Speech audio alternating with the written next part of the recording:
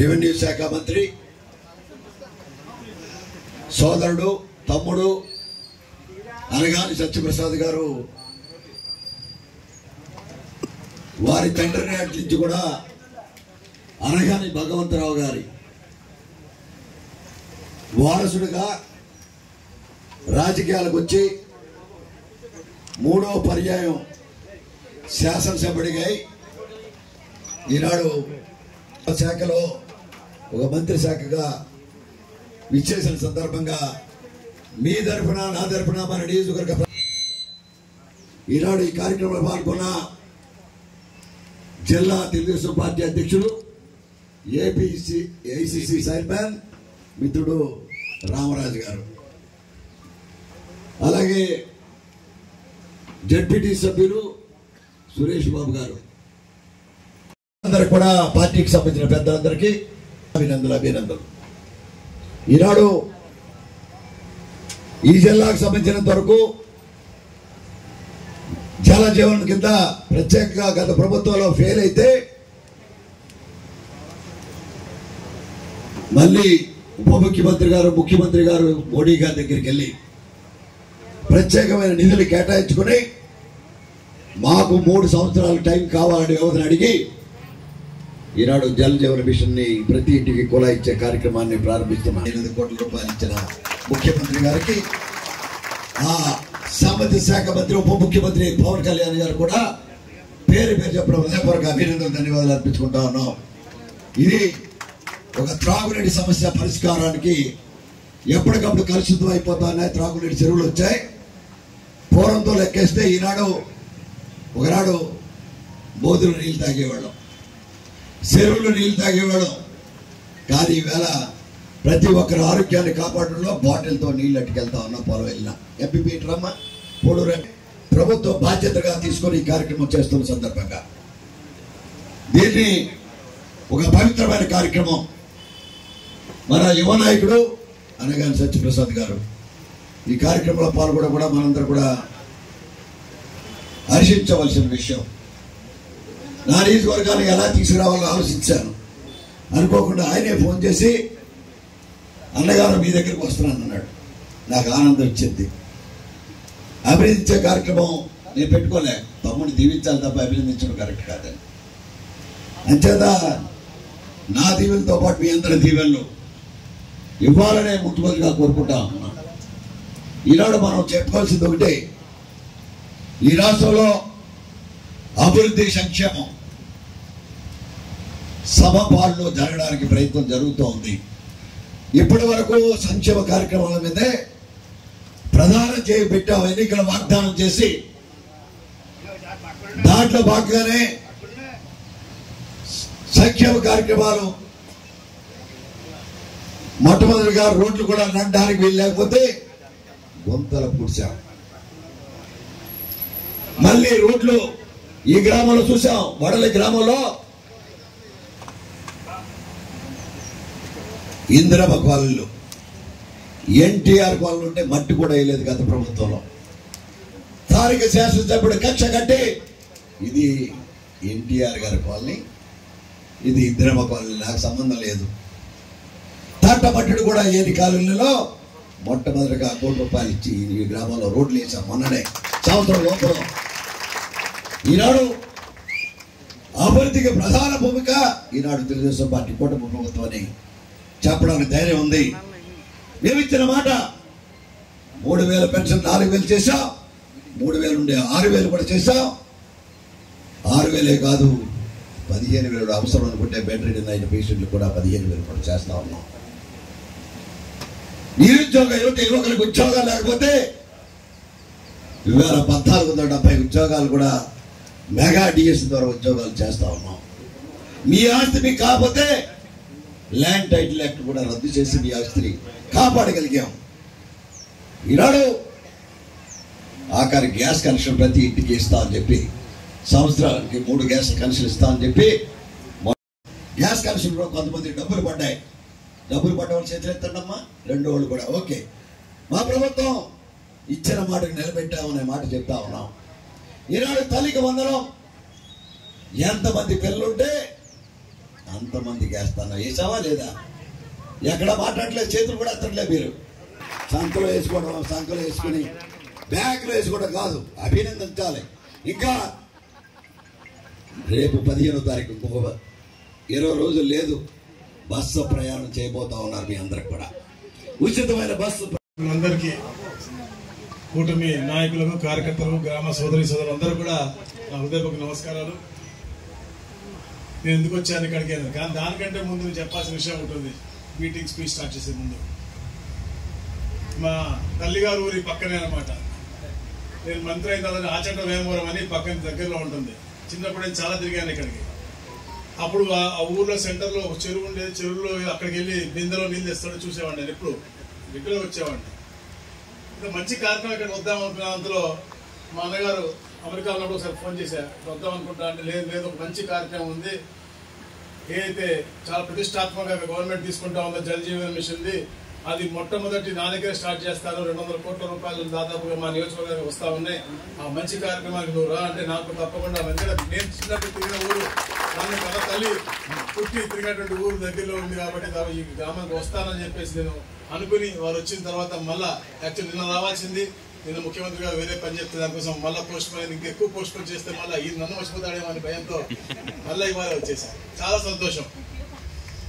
మా గురువు గారు, మా అన్నగారు పార్టీకి ఎంతో వెన్నుదన్నుగా ఉండి అందరికీ వారి యొక్క మంచి ఆలోచనలు చేస్తూ అవన్నీ ఆచరణలో అయ్యే విధంగా ఎప్పుడు గైడ్ చేసినటువంటి గొప్ప వ్యక్తి మా అన్నగారు పితా సత్యనారాయణ గారికి, మరి మా అధ్యక్షులు రామరాజు గారికి, సర్పంచ్ విజయలక్ష్మి గారికి, ఎంపీపీ గారికి, మా అబ్జర్వర్ రాజు గారికి.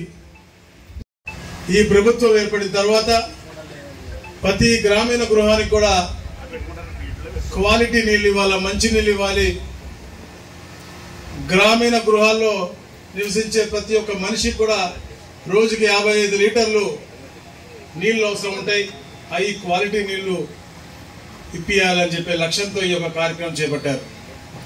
ఈ కార్యక్రమం ఈ రోజుది కాదు, చాలా సంవత్సరాల నుంచి కూడా ఉంది. కానీ గత ప్రభుత్వం దీని గురించి పట్టించుకోలేదు. కేవలం అన్ని కార్యక్రమాలు కూడా దోచుకోవడానికి ఎలాగైతే వాళ్ళు చూశారో గత ప్రభుత్వం దోచుకుంది. మీ అందరూ తెలుసుకోవాలి ఇవన్నీ కూడా. కానీ కుటుంబ ప్రభుత్వం వచ్చిన తర్వాత ఒక విజనరీ లీడర్ ఉంటే ఎలా ఉంటుందో చంద్రబాబు నాయుడు గారు 10 లక్షల కోట్ల పెట్టుబడితో 10 లక్షల ఉద్యోగాలు వచ్చే దిశగా ఈ సంవత్సరం పరిపాలన చేశారు. దాంతో పాటు భావితరాలకి ఒక పునాది వేసి పెట్టారు. ఒక మానవతా స్పర్శ ఉన్నటువంటి వ్యక్తి ఉప ముఖ్యమంత్రి అయితే ఎలా ఉంటుందో.